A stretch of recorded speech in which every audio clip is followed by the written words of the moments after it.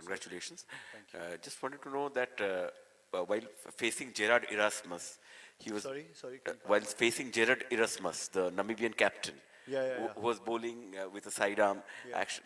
Do you think that it would have been a good preparation before facing Pakistani spinner Usman Tariq? It would have been a good match prep.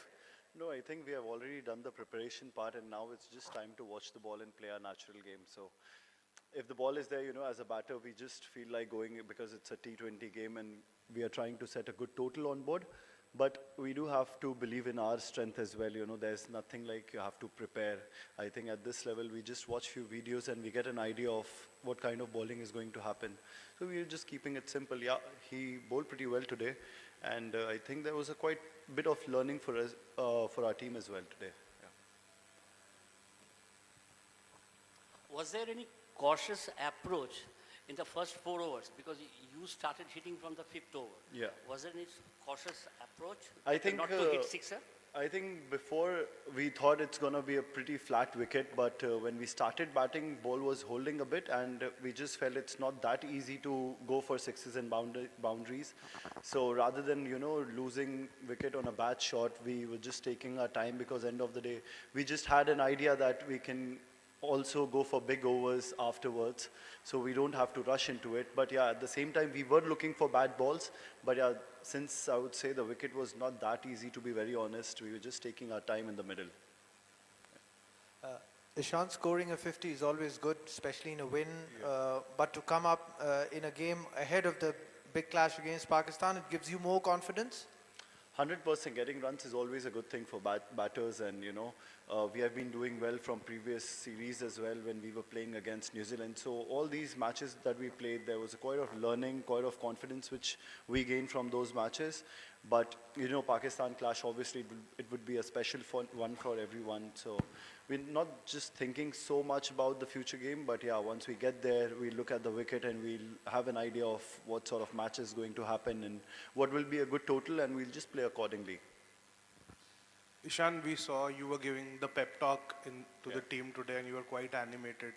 Are you back to the kind of headspace you were when things went down south for you? You're much mature now, but mentally are you the freed up version which you were, and how much playing so much consistent cricket for Jharkhand played a role in that? Just talk us through. No, I think I'm a changed man now, to be very honest. I don't get into it too much, but yeah, I do enjoy jokes and everything. I do it, but earlier I used to do it 24/7, but now it's just 2-3 hours of it. So yeah, I'm just focusing more on batting and my wicket keeping, which is going to help the team and which is going to help me.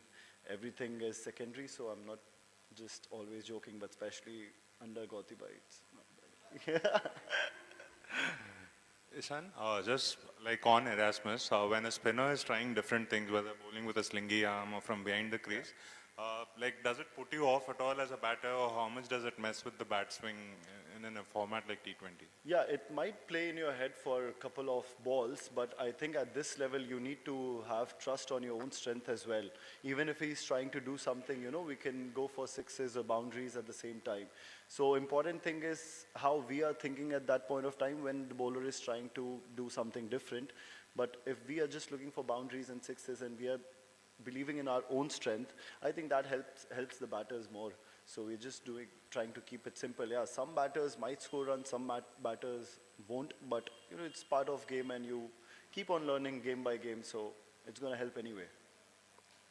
Ishan, if you want to talk about your own batting, what has changed over the last 2 years?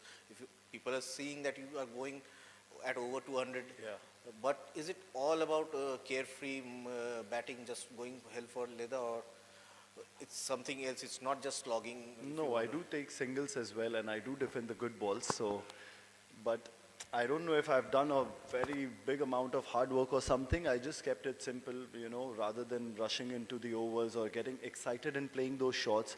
I'm just trying to be calm on the pitch and just trying to watch the ball and play those shots which I already had. But sometimes you get excited and play those shots when you're playing international cricket. So I'm just trying to cut those moments off in my life and just trying to play my own shots which I'm good at and which is on that particular wicket.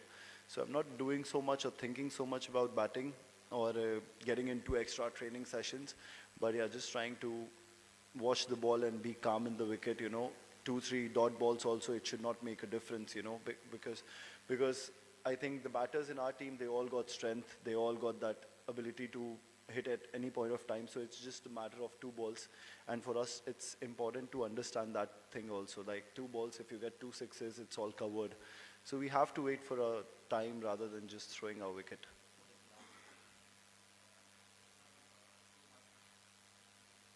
2 matches, 2 victories, 3 different kinds of half centuries, but also 3 collapses in 2 innings at various stages. How do you assess how the team is batted in these 2 games?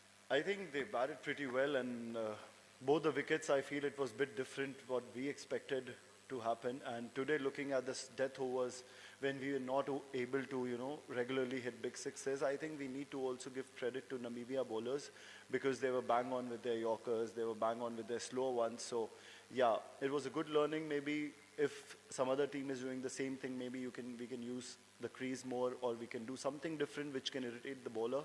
So yeah, it was a good learning in this game, and especially I think it was not about our batters not able to hit sixes, but it was more of them bowling very well in the death overs. Ishan, you said earlier that you were not swinging the bat every ball in the power play, which is true. But at the same time, India scored 85 odd, which is their 3rd highest ever in power play. And clearly the power play scores are very integral to this kind of a tournament, where you see that later on in the middle overs, there's a collapse, the power play scores offset. Do you agree that setting that tone is not just the important thing, but also kind of getting to a very commandable target is important in that?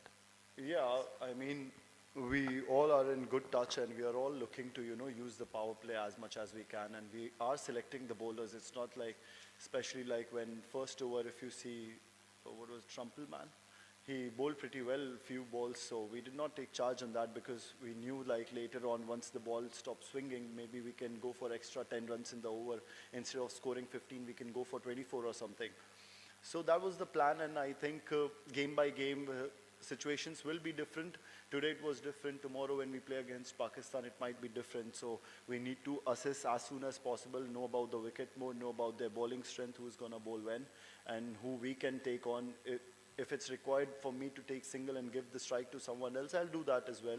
So it's important to, you know, be aware of the game situation, and, you know, I feel if you get a good start in power play, you should always try and, you know, maybe one batter can always go for sixes at any point of time, but I think top 3, 1 batter is supposed to bat for long.